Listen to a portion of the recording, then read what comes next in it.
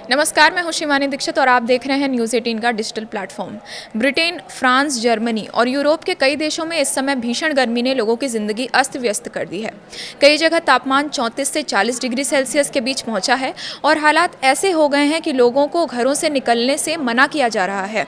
अस्पतालों में मरीज की संख्या बढ़ रही है, स्कूल बंद किए जा रहे हैं, जंगलों में आग का खतरा बढ़ गया है और कई देशों में गर्मी से मौतों की भी खबरें लगातार सामने आ रही हैं। लेकिन सवाल ये है कि जिस तापमान पर यूरोप परेशान है, उसी से कहीं ज्यादा गर्मी भारत के कई शहर हर साल झेलते हैं। दिल्ली, राजस्थान, बिहार, उत्तर प्रदेश और मध्य प्रदेश के कई हिस्सों में 44 से 45 डिग्री, यहाँ तक कि 47 डिग्री सेल्सियस तक तापमान पहुंच जाता है। फिर भी यहाँ वैसी अफरा तफरी क्यों नहीं दिखती जैसी यूरोप में दिखाई दे रही है? आखिर इसकी वजह क्या है, आइए समझ लेते हैं। पहले समझते हैं कि यूरोप में आखिर हो क्या रहा है। इस समय पश्चिमी और मध्य यूरोप के कई हिस्से भीषण हीट वेव की चपेट में हैं। मौसम विभाग लगातार रेड और ऑरेंज अलर्ट जारी कर रहे हैं। कई शहरों में सार्वजनिक स्थानों पर कूलिंग सेंटर बनाए गए हैं। बुजुर्गों, बच्चों और बीमार लोगों को विशेष सावधानी बरतने की सलाह दी जा रही है। कई इलाकों में लोगों का घर से निकलना मुश्किल हो गया है और रात में भी तापमान सामान्य से काफ़ी ऊपर बना हुआ है, जिससे राहत नहीं मिल रही है। पर बात तो यह है कि 34 डिग्री सेल्सियस तो भारत में सामान्य लगता है। यही सबसे बड़ा अंतर है। पहली वजह, मौसम की आदत। भारत के अधिकांश हिस्सों में हर साल कई महीनों तक भीषण गर्मी पड़ती है। यहाँ के लोग बचपन से ही ऐसे मौसम के अभ्यस्त हैं। वहीं यूरोप के अधिकांश देशों में गर्मियाँ आमतौर पर हल्की रहती थी, इसलिए वहाँ के लोगों का शरीर और जीवन शैली इतनी अधिक गर्मी के अनुरूप विकसित नहीं हुआ है।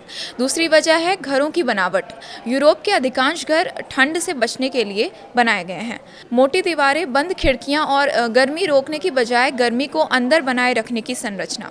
अधिकांश घरों में एयर कंडीशनर भी नहीं होते, क्योंकि पहले उनकी ज़रूरत ही नहीं पड़ती थी। इसके उलट भारत में पंखे, कूलर और एयर कंडीशनर लंबे समय से गर्मियों का हिस्सा रहे हैं। तीसरी वजह है रात का तापमान। यूरोप में हीट वेव के दौरान रातें भी गर्म रहती हैं। शरीर को ठंडा होने और आराम करने का समय नहीं मिल पाता है। लगातार गर्मी रहने से स्वास्थ्य पर गंभीर असर पड़ता है। चौथी वजह है बुनियादी ढांचा। चौथी वजह भी जान लेते हैं। तो चौथी वजह है बुनियादी ढांचा। यूरोप के कई देशों का इंफ्रास्ट्रक्चर लंबे समय तक ठंडे मौसम को ध्यान में रखकर विकसित हुआ है। सड़कें, रेल लाइनें, बिजली व्यवस्था और सार्वजनिक परिवहन अत्यधिक गर्मी के लिए उतने तैयार नहीं हैं। इसलिए हीट वेव का असर पूरे सिस्टम पर दिखाई देता है। तो क्या भारत में खतरा नहीं है? ऐसा बिल्कुल नहीं है। भारत में भी हर साल लू और अत्यधिक गर्मी से बड़ी संख्या में लोग प्रभावित होते हैं और कई लोगों की जान भी जाती है। मजदूर, किसान, बुजुर्ग और गरीब तबका सबसे ज़्यादा प्रभावित होता है। फ़र्क सिर्फ इतना है कि भारत लंबे समय से गर्म जलवायु वाला देश रहा है, इसलिए यहाँ समाज और व्यवस्था ने कुछ हद तक खुद को इसके अनुरूप ढाल लिया है। लेकिन इसका मतलब ये नहीं है कि खतरा कम है। क्लाइमेट चेंज ने भी चिंता बढ़ा दी है। वैज्ञानिक लगातार चेतावनी दे रहे हैं कि जलवायु परिवर्तन के कारण हीट वेव पहले से ज़्यादा लंबी, ज़्यादा तीव्र और ज़्यादा बार आने लगी है।